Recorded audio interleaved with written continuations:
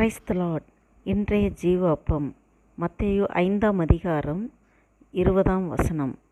வேதபாரகர் பரிசேயர் என்பவர்களுடைய நீதியிலும் உங்கள் நீதி அதிகமாயிராவிட்டால் பரலோக ராஜ்யத்தில் பிரவேசிக்க மாட்டீர்கள் என்று உங்களுக்கு சொல்லுகிறேன். அல்லேலூயா. இந்த வாசித்த வேத வசனத்தின்படி இந்த பரிசேயர் சதுசேயர், இந்த வேதபாரகர், இவங்க அவங்க போதிப்பாங்க, ஆனால் அதன்படி செய்ய மாட்டாங்க. இப்போ நியாயப்பிரமாணத்தில் கொலை செய்யாதிருப்பாயாகன்னு இருக்குது, கொலை செய்ய மாட்டாங்க, கொலை செய்வதில்லை. அதனால் ஆனால் கொலை செய்யலை அப்படிங்கிறனால அவங்க கோவப்படுவாங்க, எரிச்சல் அடைவாங்க, மற்றவங்களுக்கு விரோதமாக அவங்களுக்கு அந்த வன்கண்கள் இருக்கும். அந்த மாதிரி இதெல்லாம் வச்சுருப்பாங்க. ஏன்னா இருதயத்தை யாரும் பார்க்க மாட்டாங்கல்ல, வெளிப்புறத்தை தானே பார்ப்பாங்க. உள்ளார இருக்கிறது தான் ஆண்டவர் எதிர்பார்க்குறார். ஆனால் இந்த வேதபாரகர் பரிசேயர் மாதிரி நீங்கள் இருக்கக்கூடாது ஆண்டவர் சொல்கிறார். ஆண்டவர் வெளிப்புறத்தை பார்க்குறதில்ல, இருதயத்தின் ஆழத்தை உள்ளார பார்க்குற தேவன். அப்போ கொலை செய்யாதிருப்பாயாகன்னா நம்ம மனுஷங்க, நம்மளோட பழகிறவங்க, நம்ம கூட இருக்கிறவங்க, அவங்க மேலே ஒரு எரிச்சலோ கோபமோ விரோதமோ வைராக்கியமோ இருந்தாலே, அந்த கசப்புணர்வு நம்ம இருதயத்தில் இருந்தாலே அது கொலை செய்வதற்கு சமானம் என்று ஆண்டவர் சொல்கிறார். அப்போ வேதபாரகர் பரிசேயர் நீதியிலும் உங்கள் நீதி அதிகமாயிராவிட்டால், இதுக்கு அர்த்தம் என்னென்னா, நம்ம இருதயத்தை ஆண்டவர் பார்க்குறாரு. அவங்க வெளிப்புறத்தில் தான் அந்த மாதிரி நடக்கிறாங்க, நியாயப்பிரமாணத்தை வெளிப்புறத்தில் கடைப்பிடிக்கிறாங்க, அவங்க உள்ளத்தில் கடைப்பிடிக்கலை. ஆனால் நம்மகிட்ட ஆண்டு எதிர்பார்க்குறது வெளிப்புறத்தில் மட்டுமல்ல, உட்புறமாகிய நம்ம இன்னர் மேன், இன்னர்லேயும் நம்ம அதை கடைப்பிடிக்கணும் அப்படின்னு தான் ஆண்டவர் சொல்கிறார். இன்னொரு எக்ஸாம்பிள், விபச்சாரம் செய்யாதிருப்பாயாக. அவங்க சொல்லுவாங்க, வேதபாரக பரிசேயர்களாம் போதிக்கும் போது விபச்சாரம் செய்யக்கூடாது அப்படின்னு சொல்லி. ஓகே, விபச்சாரம் செய்யக்கூடாது, ஆனால் அவங்க இருதயத்தில் இச்சிப்பாங்க,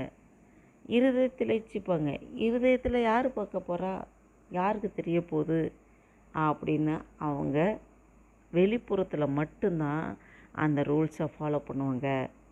ஆனால் ஆண்டவர் இவ்வேளையில் நம்மக்கிட்ட இந்த வசனத்தின் மூலமாக சொல்கிறது என்னென்னா, அவர்களுடைய நீதியிலும் உங்கள் நீதி அதிகமாக இராவிட்டால், அவங்க வெளிப்புறத்தில் தான் விபச்சாரம் செய்யாதிருப்பாயே என்று ஃபாலோ பண்ணிகிட்ருக்காங்க.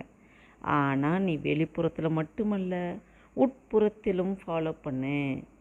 அப்போ மனதளவில் கூட யார் மேலேயும் இச்சையோ உபச்சாரம் பண்ணுவதற்கு ஏதுவான சிந்தனைகளோ எதுவுமே இருக்கக்கூடாது. இருதயத்தில் விருத்த சேதனம் பண்ணாமல் இருக்கணும், சிந்தைகளில் விருத்த சேதனம், இருதயத்தில் விபச்சாரம் செய்யாது இருக்கணும், சிந்தைகளில் விபச்சாரம் செய்யாது இருக்கணும். ஆண்டவர் அதைத்தான் எதிர்பார்க்கிறார். அவர்களுடைய நீதியிலும் நம்மளோட நீதி அதிகமாக இருக்க வேண்டும் என்று. அதிகமாக இராவிட்டால் பரலோக ராஜ்யத்தில் பிரவேசிக்க மாட்டீர்கள் என்று உங்களுக்கு சொல்லுகிறேன். அவர் திட்டமாக சொல்லிட்டாரு. நம்மளோட வெளிப்புறத்தை மட்டும் இல்லை, உட்புறத்தையும் நாம் தூய்மையாக வைத்துக்கொள்ள வேண்டும். ஆண்டவர் சொன்ன கட்டளைகள் கற்பனைகள் படி நாம் நடப்பதற்கு சிந்தைகளிலும் நம்முடைய எண்ணங்களிலும் பரிசுத்தமாக இருக்க வேண்டும்.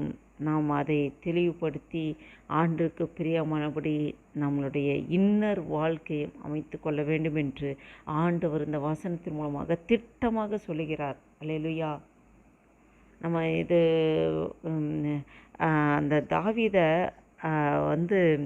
ஈசாயோட மகன் அப்போ அங்கே போய் சாலமோன் அவரை எண்ணெய் குப்பி எடுத்துகிட்டு போய் ராஜாவாக அபிஷேகம் பண்ணணுன்னு போகும்போது ஒவ்வொரு பிள்ளைகளாக வரவழைக்கும் போது கடைசியாக தாவீதை இது பண்ணுறாங்க. தாவீதை பார்க்கும்போது இவனை ஆளை பார்த்து வெளிப்புறத்தை தான் இவர் பார்க்குறாரு.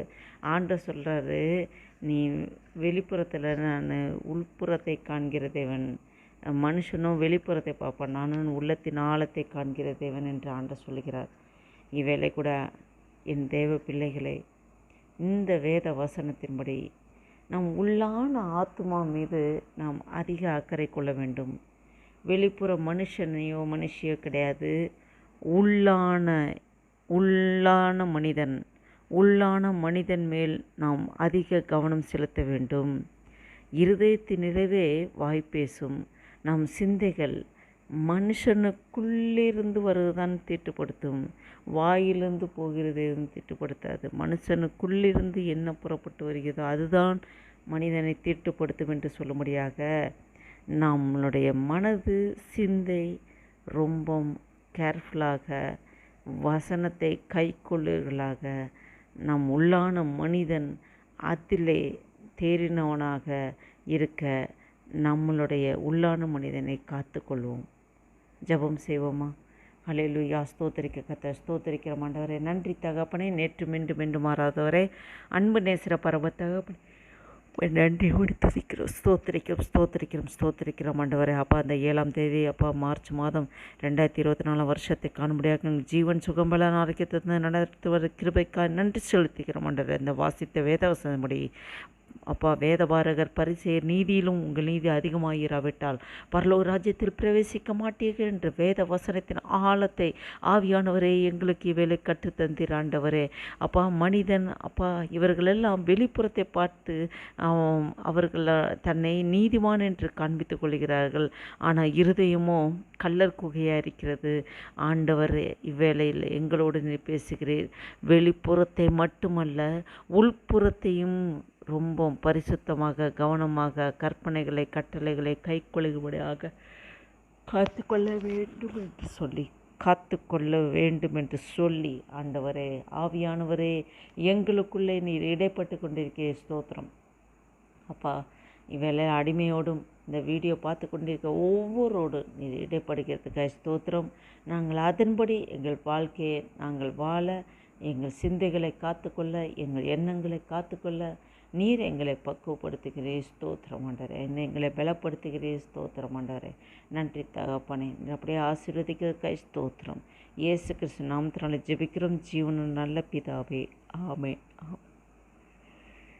என் ஆத்துமாவே